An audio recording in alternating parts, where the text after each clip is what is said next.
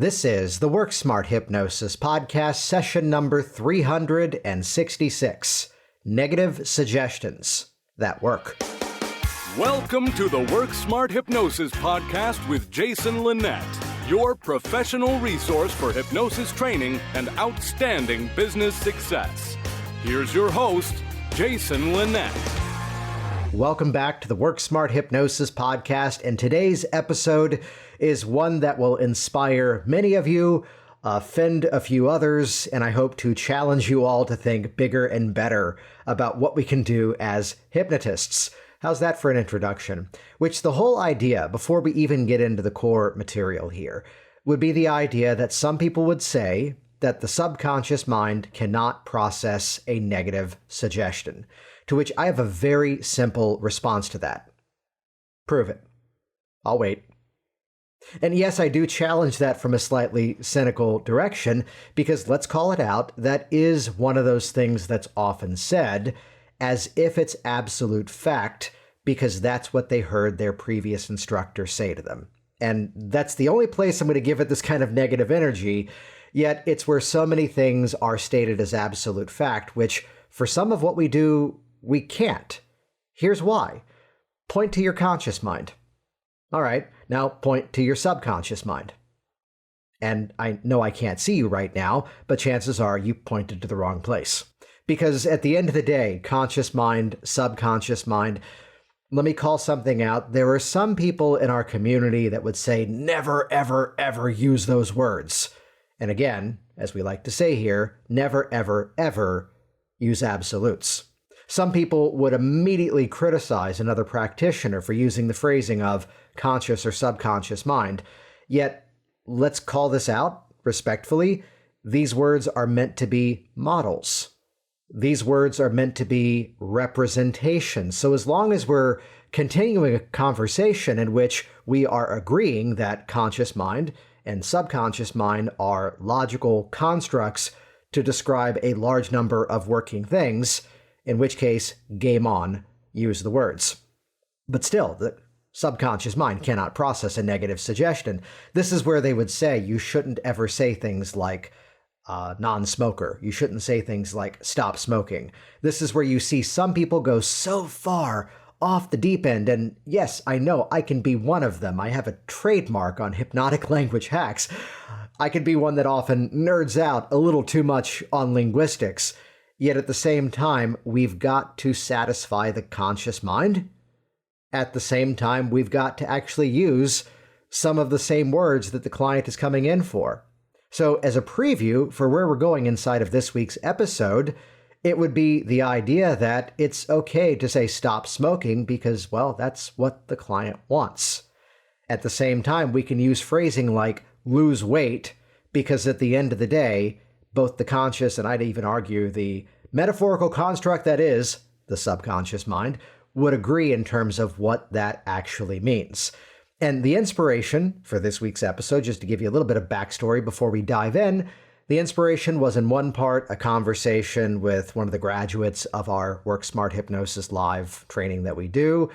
We got into this topic about why it's okay to say things like stop smoking and lose weight, which I'll elaborate on here in a moment. Though at the same time, one of my favorite things in the world, not just in hypnosis, one of my favorite things in the world happened in a session that I did recently with a professional athlete. And I said this to him, and then I said, I'm going to have to make a podcast about this. I won't ever say your name or even the sport that you play, so no one can track it back to you, but I got to tell the story. Not that I'm going to reveal your private data. Can I talk about it? And he goes, oh yeah, sure, go for it. Which was a use of a powerfully negative suggestion that really became the core of what he wanted to achieve. So stick with me in this solo episode this week. We're going to unpack negative suggestions that work. I'll give you examples for both hypnotherapeutic change as well as really set the stage based on an example that, yes, we could say might be stage hypnosis, yet really it's demonstrational hypnosis. And anyone who's ever been around me for anything business related, you know that I say show is better than tell. So consider the demo I'm going to talk about here in a moment as a mechanism to help to inspire others to then become your clients. If what I'm about to talk about aligns with you, if you're brand new to hypnosis, or even if this is sharing a bit of a modern, up-to-date way of thinking about hypnosis and hypnotherapy and how to do change professionally with clients, hey, let's hang out. You can join us for the next Work Smart Hypnosis live and online event. You can check out the details at worksmarthypnosis.com.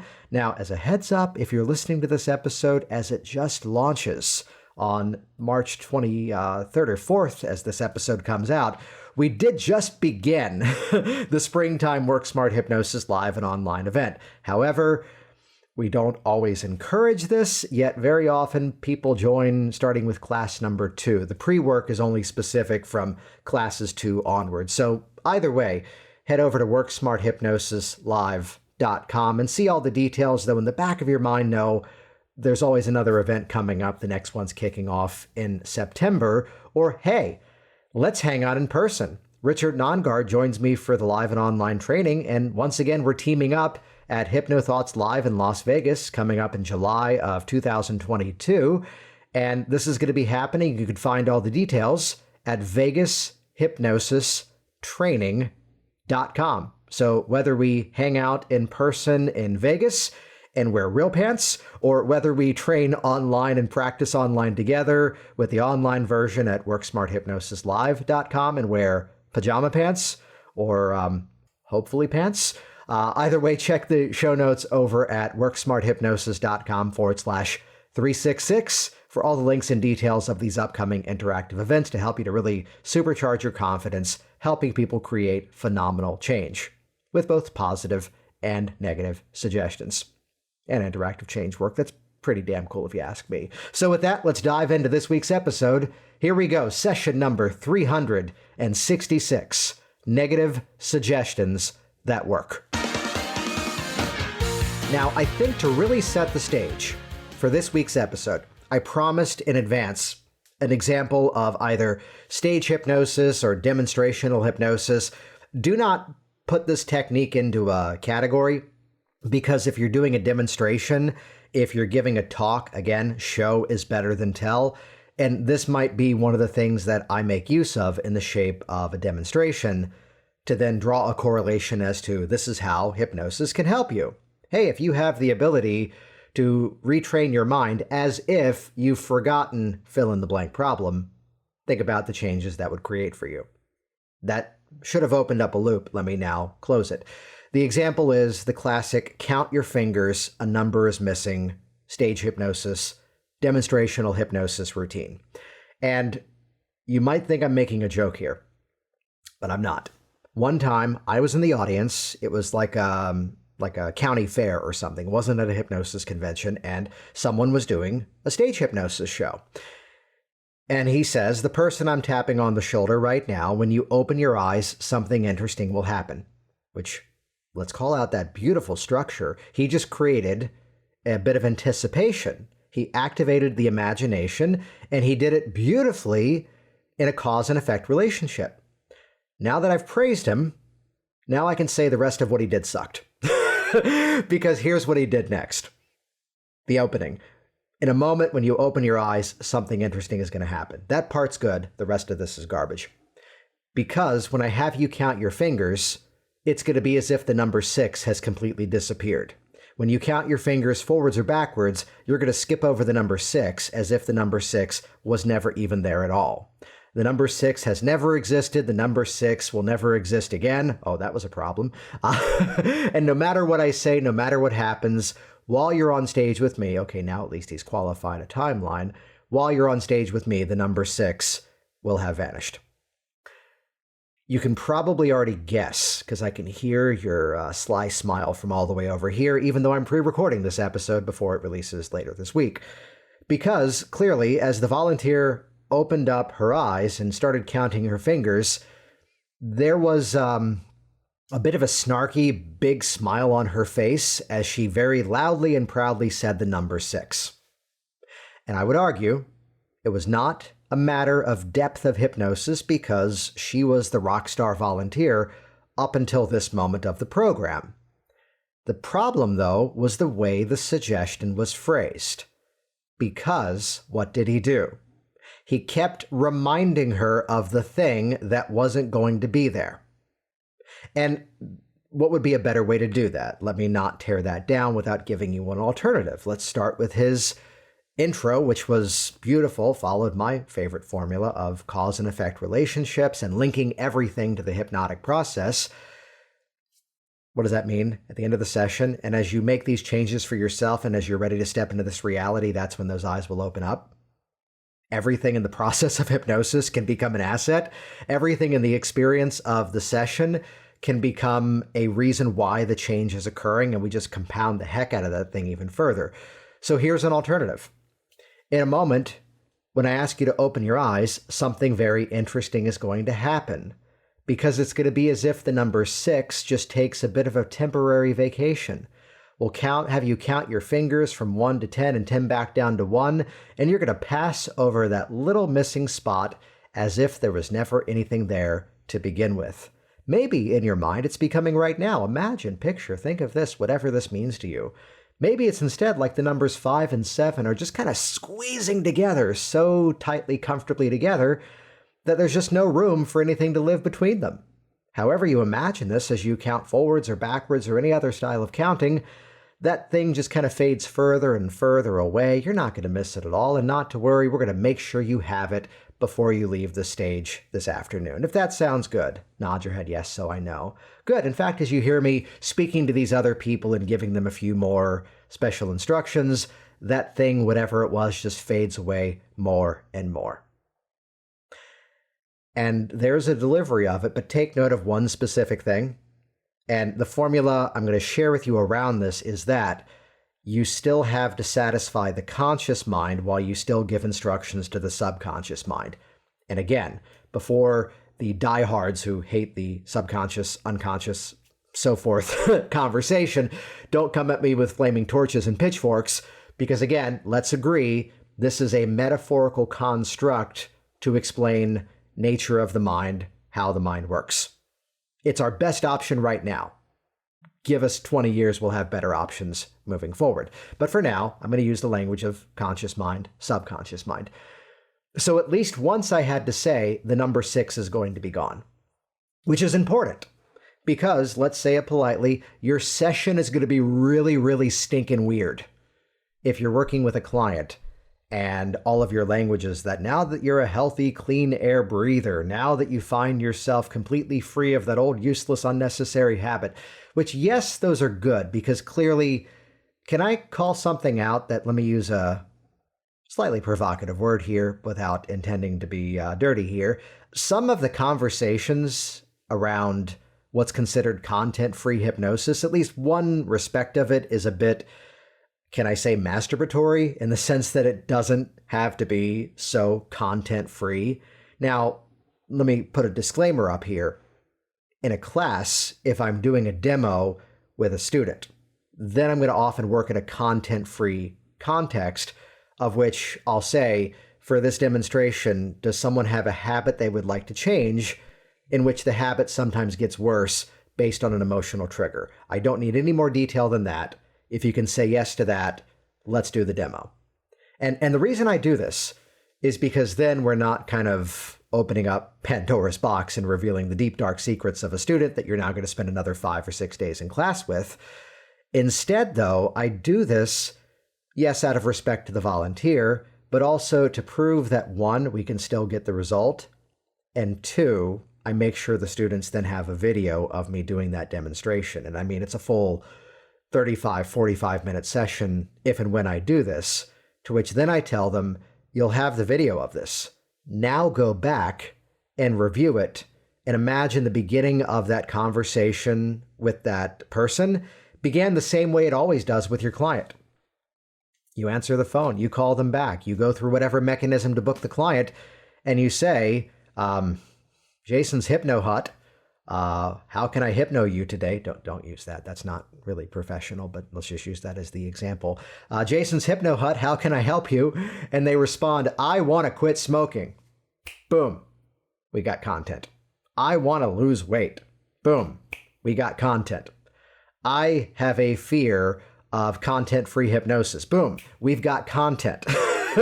So I got to say it, the overwhelming majority of the time, okay, no, all the time, the client tells us the intended outcome they want to change. Now, yes, I do agree with the other side conversation of content-free hypnosis, in which I don't need to have the entire backstory. This is where I've said for years, give me the answers to 4 questions, I can work with you. How do you feel now? How would you rather feel? What are those things you're doing now? What are those things you'd rather be doing? Once we have those 4 questions, I got enough. I can work with you. Of course, the process will be better as I do a more thorough intake, of course. So let's draw the line. Yes, we can have the content as to what they'd like to work on, but no, we don't always need the content of the entire life backstory. That may seem like a diversion. That may have seemed like a sidebar, yet that's important because this is part of the reason why. Title of this week's episode, Negative Suggestions That Work. I feel some people go a little too far off the deep end trying to go for absolutely clean language.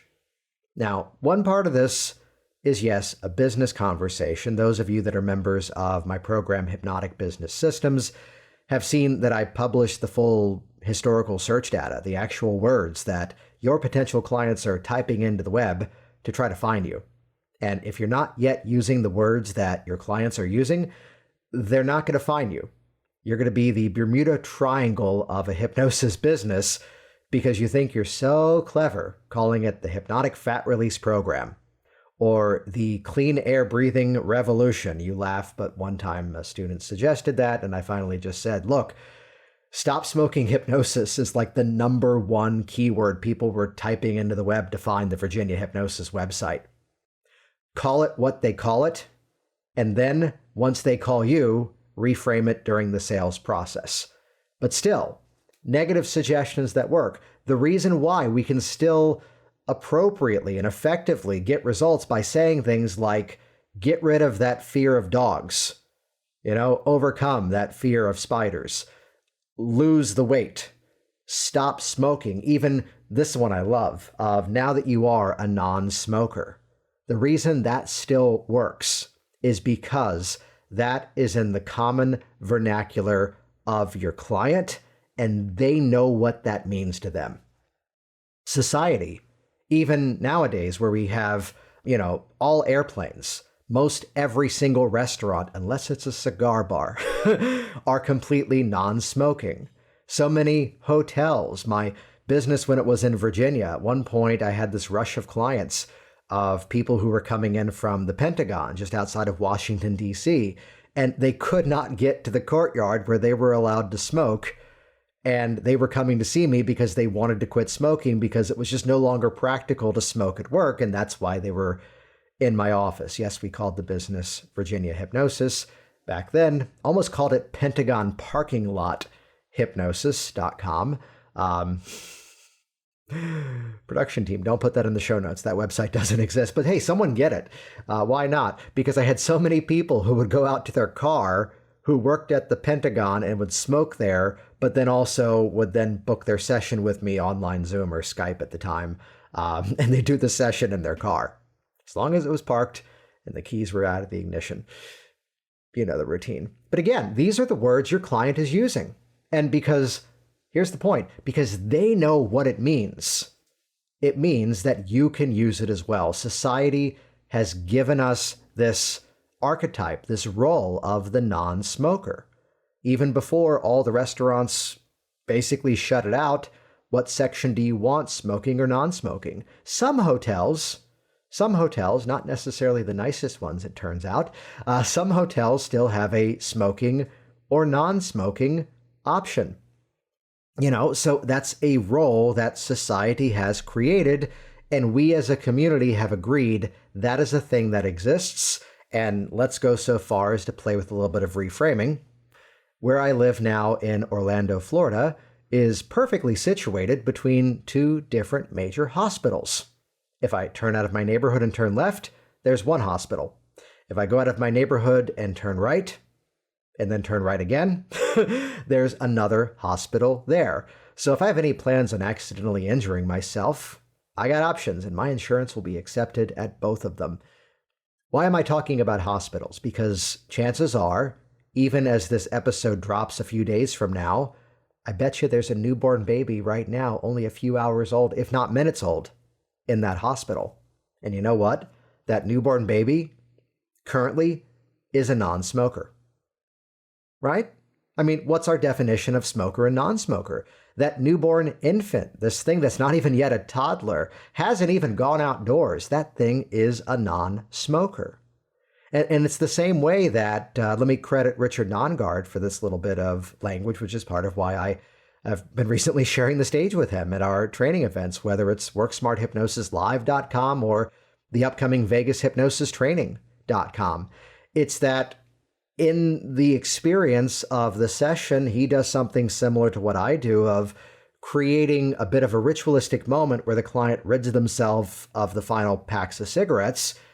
And because in that moment they're breathing normal everyday air, because in that moment they no longer own cigarettes, in that moment they are a non-smoker. So it's no claim of miraculous, instantaneous brainwashing that you walk out the office a non-smoker. You sign off from the session a non-smoker. Well, based on these definitions, similar to the newborn baby, they're a non-smoker. Hey, even a person who smokes a pack a day becomes a non-smoker upwards of 20 or 21 times a day, basically filling in the gaps outside of when they're not smoking the cigarettes and whatever the math works out to be. But again, the key thing is here, because we still have to satisfy the conscious mind. And that's the biggest takeaway I want you to have from this week's episode of a very simple concept that does bear itself for a bit more explanation. Satisfy the conscious mind. Let me give you another example of that. If you're the hypnotic age regression style hypnotist, and if you're the sort of bring it back to the affect bridge style of bring up the emotion, follow the emotion back to an earlier time they felt that way, and suddenly they've come in for one set of goals, and now you're following the emotion to resolve the emotional, here come the air quotes, can you hear them? Initial sensitizing event. Did you hear those air quotes? Because again, even that's a model. Go back to any of the episodes that I've done with Melissa Tiers, especially the one where she talked about memory reconsolidation. We'll drop that in the show notes over at worksmarthypnosis.com/366. Or look at the fact that, again, let's not make this an episode about regression, but it's to say that by following that emotion, I mean, here's a client that I worked with years ago where it was a fear of flying, and we followed the feeling of being trapped was the core emotion, it turned out. We followed that back to a time that her older brother locked her in the little Harry Potter closet underneath the stairs, and she couldn't get out. Now, because this is a concept that had been pointed out to me, but not yet simplified as in still satisfy the conscious mind, I knew in that session, in the future pacing aspect of it, the integration of the change, be there in that room now, you're watching, you're reporting, she's 5 years old, her brother has locked her in that room. How's she feeling now? Oh, she's annoyed, but it's not scaring her anymore. And the mistake people would make is to wrap up the session there. And instead, we've got to integrate the change and connect it to the intended result. And as you now watch that little 5-year-old you grow up and go through the experiences you felt to be a challenge, you're watching, you're reporting, how's she feeling now? Oh, she's confident, she's proud. This is your client talking. I got to call it out. In my world, hypnotic age regression, yes, it is a really effective technique when it's used in the right ways at the right time. But at the end of the day, it's not the magical, here come the air quotes again, discovery of theoretical cause. It's not even for the catharsis, as it was said, the purgitation of the soul, back to, what was that, Aristotle's Poetics, is where the word catharsis was, I don't know if first introduced, but let's say popularized. You know, when you're hanging out with your friends, talking about Aristotle's Poetics. Who's with me here? Stop, Jason, just keep teaching. But we still have to, so it's not the, magic of the regression. It's not the catharsis. I got to call it out from my perspective of the world. It really is a construct in which you're now letting your client do direct suggestion and hypnosis on themselves. They're the ones who got themselves into that issue ultimately, which means they can be the one to get themselves out of it. And really, that's where I put the emphasis if I'm making use of regression. But again, this is about negative suggestions that work. This is about satisfying the conscious mind. This is where now, if I was in that session as I did, and now watch her, she's growing up, she's now on that airplane in that moment where you felt afraid. How does she feel now? And we got to, again, satisfy the conscious mind, imprint this new emotional state on top of that old issue. Which brings me now to the session with the professional athlete. So long story short of the first chunk of this, use their words. Now, over time, though, find ways to say it less and less. That was the whole illustration with the whole number 6 routine when I saw it done badly. So it's where, yes, at least a couple of times. As I did say at one point, the number 6 goes away. This is where you can now start to bring in, let's say, paraphrases, synonyms. I tell my clients this, which would be, as we're in the session, one of the older definitions of hypnosis was the bypassing of the critical elements of the conscious mind, which that doesn't mean the conscious mind is deleted away and you're going to wake up an hour and a half from now and go, what happened? I don't do that because that'd be creepy to people.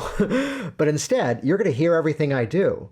And I've found we often can get a greater result if at times you're listening in advance for a few of the techniques I'm going to be using. I'll give you a preview. There's going to be a point about halfway through, perhaps, if not sooner, where I stop talking about the problem that brought you in the door. And there's a very simple reason why. You're not going to have that problem anymore. If I work with kids, sometimes the parents are like, how can we help out? And the one thing I tell them is, stop reminding your kid of the problem they don't have anymore.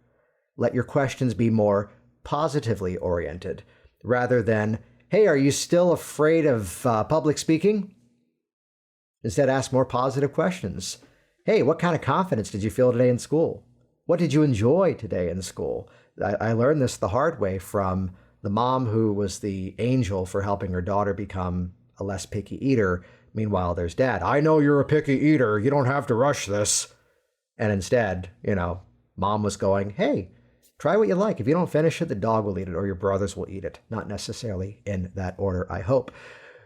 So it's where now as you're taking back control of your health and your life, as we go deeper into this session, I want you to listen for the moment where I start talking more and more about the solution in the future you're creating, which further cements that old, useless, unnecessary thing in the past where it belongs. Here's a line to use in a session. Use it. Give me credit if you teach it. Letting today be a moment as if like graduation. Because it's in a graduation that you've put in the work going to school for all those years, so that then you graduate and then you don't have to go to school anymore, at least not for that subject. So take this moment, and this may seem a little counterintuitive, thank yourself for successfully smoking for all these years, because respectfully, you wouldn't have done it if it hadn't have given you something. And as you take this moment to acknowledge it, that's what helps you to release any bit of shame or frustration that you've been holding on to for all these years, and leave that thing in the past where it belongs.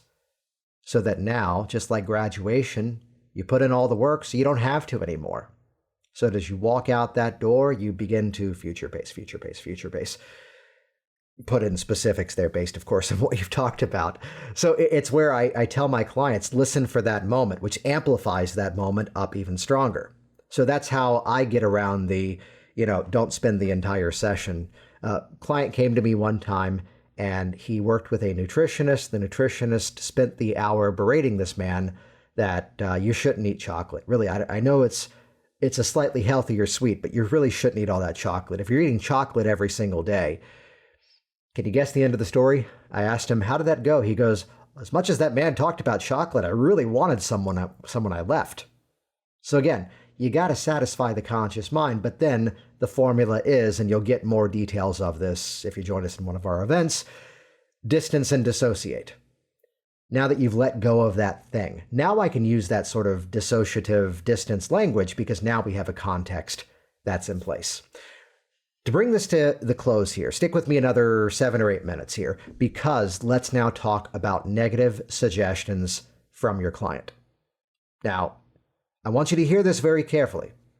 This is where my clients fill out a brief intake form. What are your goals of the session? What do you want to experience being different? Let's say a month from now, a year from now, 5 years from now. And my intake process is mostly a conversation based upon that with a ton of chunking up and chunking down. Those of you that have hypnotic workers, which that's the digital only training, WorkSmart Live or Vegas Hypnosis training is more the interactive side. But those of you that have access to hypnotic workers, if you haven't yet seen it, go watch the WorkSmart intake. The quality of the process you do is directly proportionate to the quality of change and the quality of the intake you do with your client. Listen to their words. Listen to what they say. And as much as I teach in that intake process, very often the clients will talk about what they don't want on the form, which is not necessarily a good thing or a bad thing. It's just a thing that people do. And instead, it's kind of the toehold, like a rock climber, to then ask better questions to chunk up, go into bigger value-based ideas, or chunk down, get into specifics as to exactly what that means. That's like a 30,000-foot view of a chunking up, chunking down intake lesson there. So then very often they'll say, not smoking. Okay, that is a negative suggestion. And to which I become a little bit playful. Okay, so it's pretty clear what you don't want because, well, you paid me all this money to work with me for this goal. And you filled out these forms and you said that. So now that that's going to be behind you, what do you want to experience instead? Or sometimes I can, metaphorically paint the picture and get better answers. Fast forward the story, it's 5 years from now, and no, it's not that it's going to take you 5 years to quit smoking. It's instead, you've had 5 years of success, 5 years with this thing long gone. What are those positive things you're going to be noticing that are going to ratify? You've done it, you're done, it's over. Now I'm getting more specific stuff. So yes, we want to go away from negative suggestions during the intake because it's a lot easier to suggest where they're going as opposed to remind them of the thing that clearly is currently a problem. The number 6 goes away, the number 6 goes away. Remember that? Here's the exception. And I might have a personal bias for this because this is one of my personal fascinations. This is one of my guilty pleasures. This is something that when it pops up, I nerd the hell out because I love it. And it's where if some of you joined us, we did a little while ago. We'll put a link to this in the show notes because it's now available as a on-demand event. Back in February, I did a 3-day event where I basically taught my Work Smart Business book in a matter of 4 hours and then did an interactive Q&A. And just the feedback was phenomenal from this event. We'll put a link to that in the show notes for this episode, which I keep reminding you is worksmarthypnosis.com/366. I bring that book event up because when I did the chapter of the book, Work Smart Business, where I talk about this as a concept, the interaction in the chat went crazy in an extremely positive way. Negative suggestions that work. It's the time that a client came in, and I've got 2 examples of this. One of them was that he owned a business and he had a company ready to buy his business. Under the agreement, he would restructure the organization of the business so that as they bought it, they could then turn it into a franchise and then pay him a license fee the rest of his life. This man succeeded at this, by the way, and he now is worth, how much was it last I checked? All the money. This was a gorgeous deal. And he was having a bit of a conflict. He was procrastinating getting that done. So I worked with him to resolve whatever was blocking this business restructuring.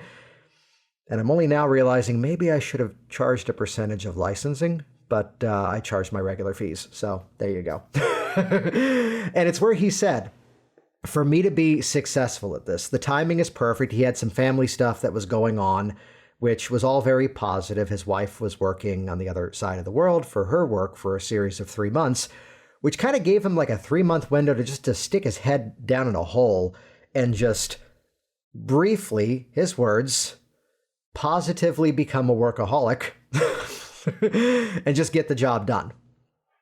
Which, yes, a holic is usually a dangerous extension. But he used modifying language now, didn't he? Positively become a workaholic for this brief period of time. Are you picking up now that we've already planted seeds for the lesson here, back in the number 6 example? While you're on stage with me, this thing goes away, which builds the indirect suggestion when they go back to the audience, it's going to come back no matter what. So this man gave himself what others would claim to be a negative suggestion to positively become a workaholic for the next 3 months. Well, the timing was right, and it's where we just compounded the hell out of that concept in that session. I threw in a few little safety mechanisms, of course, doing everything to protect your biology along the way, eating right, drinking right, moving right, feeling right, which is kind of my go-to phrasing for standard hypnotic weight loss. Keeping mindful of all these things, scheduling time for activities beyond this, yet the moment you sit down, the moment you begin the workday, you find this energy rising up throughout you of becoming positively a workaholic for the next 3 months. That's what he asked for. That's what I gave him. Here's a client that honestly was the one that when he said this in session, I wrote it down and circled it, not so I could use it in the session myself, but instead because I went, oh, I like that, I'm going to do that. The client said, you know what, I've been working on losing the same last 30 or 40 pounds of body fat for the last 10 years. I think instead of working on losing the fat, I need to work on creating the body I want instead. Which I did some research, this is the client talking, I did some research and it turns out, by comparison, fat loss is easy. And muscle gain is slow and tedious.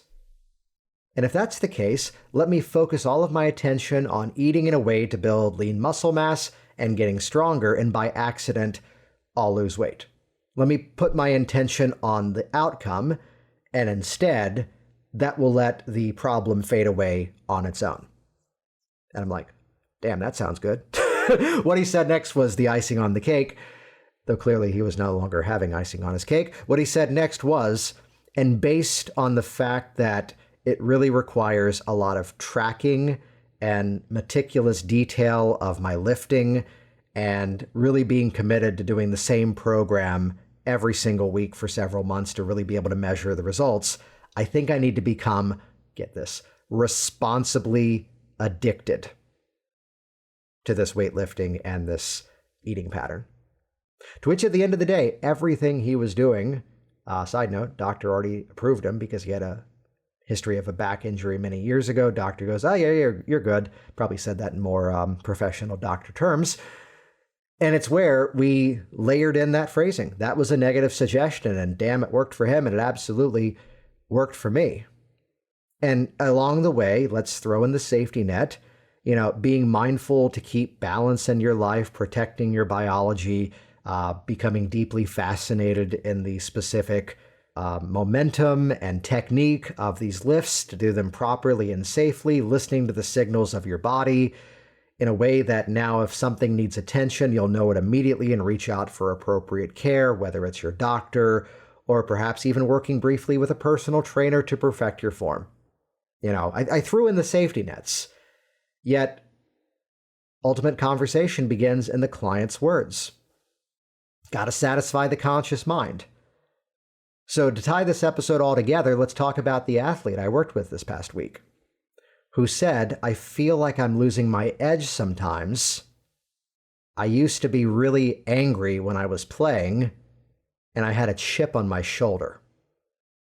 To which the majority of you out there would hear that and think, we got to resolve that. Though I have to take a step off to the side and raise a counter opinion. Is perhaps that feeling the reason why he's the professional? and he does and he performs to the best of his abilities. Well, I asked him that as a question. When in doubt, ask. It's a very important formula. And I could sense this bit of an epiphany that, yeah, I've become comfortable. And we got off into a topic of, different athletes over the years that you hear stories of exactly what their pre-game ritual is, what they do to kind of psych themselves up into the game. And this turns out to be a bit of a consistent theme. Now, you probably can already figure out some of the, as we can now call them, safety net suggestions of letting that appropriately fade away the moment the game is over. And in such a way that just like exercise, I drew a correlation, just like in exercise, it's the period of rest and recovery in which the strength is created. Muscles are not created in the gym. Muscles are broken down in the gym. It's the period of proper nutrition and rest in which the body is going through a process of modern day evolution to then be aware that, hey, I might have to lift this heavy thing again. Let me use some of this protein and these amino acids and these other nutritional elements to rebuild the muscle back in a larger, stronger way. Make the engine bigger, is what the strength world often says around that. So what did I do there? I used his model of the world. I used his negative suggestions right back at him, but also created a better sense of balance to properly maintain it so it doesn't get out of control, but also create the mechanism that when the feeling is not there, here's when it's not there, but at the same time, allow yourself to let it grow stronger because now it's been charged up like a battery and it's ready to go again. It's why the lift might have seemed a little heavier in the gym this week, but next week, because of what they call supercompensation in hypertrophy training. I'm nerding out here on all sorts of other technologies. It's what they call supercompensation. It's where the body's now ready for running that bigger distance, lifting that bigger weight. You get the idea here. Remember that I also told you about sometimes I call my shot in the middle of the session? It's where I felt the need, and I've done this before, so it's not specific to this individual. I felt the need to kind of take a moment and explore that feeling. And I told him there's something we're going to probably do in the session. It might only take 2 or 3 minutes. And it's going to be something you're going to keep entirely to yourself, which think of it like a birthday wish, because you're not going to tell me about it. It's probably going to make it work better for you. Sound good? And I laugh, I smile, he laughs, and he smiles. But I've got a hypnotic contract now. And the moment basically was because you're going to hear a moment where up until now, you've labeled that feeling as a thing. And I'm going to help you educate yourself on exactly what that thing is. And we're going to do it in a way that's going to make it even stronger and make you feel better about that. Is it okay if we do that? He says yes. Do you see how, by the way, I do a lot of pre-talks? Not just a classic hypnotic pre-talk. I am screening my techniques off of my client before the session even begins. That's a big shift that I've put into our trainings because this is what I've been doing with my clients. And it's part of why I'm convinced I'm seeing some of the best results. I'm going into the session in full agreement with the client that here's what we're about to do and here's why it's going to work. I wanted to share this with you as a bit of a softener because some of the language I got into was, notice that you can now, perhaps like a rope that's been tied into a knot, begin to unravel, only temporarily, that feeling you used to label as anger or a chip on your shoulder. And in the privacy of your own mind, become aware of the fact that as we're creating goals, this is an oversimplification of the world, but we're often moving toward pleasure or we're moving away from pain. So take a moment, privately to yourself, and just listen to your own thoughts. As you become aware of the sensations, the sounds, the feelings, everything that has to do with that anger, with that chip on your shoulder, and just listen to your own inner mind. What is that feeling moving you toward? In this case, it might be a better contract, in which case it might be better celebration of how well you play.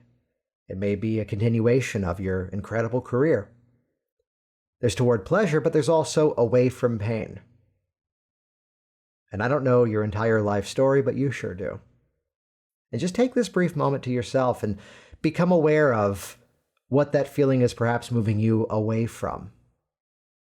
And even before you ever let any emotions attached to memories and experiences that even I wouldn't know to suggest that may be popping into your mind now, take this moment and just embrace the idea that from this point forward, you can let those things become neither good things or bad things, just simply things. The way that there are some people who become more responsible with money because perhaps their parents were not responsible with money. And it's where someone could choose to hold on to anger and frustration around that. But at the end of the day, their family members' poor financial skills became an incredible asset for them to learn why it was so important to be financially independent and not just have the lesson, but also inspire the actions. So the fact that you're here today means that you already are at the height of your game, already are playing to the best of your abilities, already are this rock star in your sport. And because of that, as if you've got like a control dial in front of you, you can just dial down any feelings of sadness, regret, remorse, or any of that mess. And just kind of view these old experiences that you're looking to move away from now with every game that you play. And by doing so, acknowledge them as assets, things that exist that now help you to grow stronger. Take this brief moment to yourself, and as you yourself can release any unnecessary negativity around these old stories that are in the past already and just don't need to be carried around as much, but instead can perhaps channel that old energy now into something positive that fuels that chip on that shoulder, that activates that appropriate anger in your game. As you do that cleaning up for yourself, and as you realize this is going to make that feeling you're here to create even stronger, take as much time as you need, nod your head yes, as you've done that for yourself. So play with that. So whenever you hear someone now say, negative suggestions don't work, just remind them, hey, Jason Linett recorded an episode that he thought was going to be 20 minutes, but turned it into an entire masterclass on hypnotic tonality, hypnotic suggestion, pacing and leading, negative suggestions used appropriately, and at least we're going to wrap up, I believe, under 50 minutes here. Share this one. Let me know your feedback on it. Tell me your own stories in terms of how you've put this into use. If you want more like this, join us in one of our upcoming classes or inside of the Hypnotic Workers program. Get out there and really own and empower some negative suggestions. Jason Linett here once again, and as always, thank you so much for interacting with this program, for using this stuff in your sessions, sharing it with your fellow hypnotic communities, whether it's Facebook groups or direct messages with other people, or hey, letting this become the reason you decide to hang out with us more and learn even cooler stuff and, give each other some negative suggestions. You can check the show notes at worksmarthypnosis.com/366. That'll bring you to the show notes of this episode to find resources like the either just launched WorkSmartHypnosisLive.com event, or message me privately or wait a week. We'll have the next event scheduled and announced pretty soon for early September. Or, hey, let's hang out in Vegas prior to HypnoThoughts Live. That's at VegasHypnosisTraining.com. That's where you can find the details for the prior to HypnoThoughts Live event. Both of those events are both me and Richard Nongard. Or if more just learn at your own pace, digital learning is your style, that's what I've mentioned already, hypnoticworkers.com, on-demand access, lifetime after a brief payment plan if you like, and we can interact inside of our private communities there. Thanks for listening. Thanks for being patient. We had a couple of hiccups in terms of scheduling and saw it as a good reason to take a week or two off, which we can say it's a negative suggestion that we skipped a few weeks. Then again, in all my years of podcasting, this will be 8 years coming up in a few months of doing this program.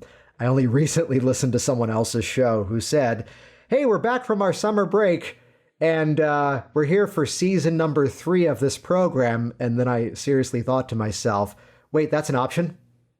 We've been like every Thursday for nearly 8 years now. So I guess because we took a break around episode 20 or 30, we took a break now. I guess we can now say 8 years in, this is season number 3. If that works for you, use it. If not, hit subscribe, share this everywhere, join us in one of our events, get out there. We help people, and yes, indeed, make it rain. Thanks for listening. Thanks for listening to the Work Smart Hypnosis podcast at WorkSmartHypnosis.com.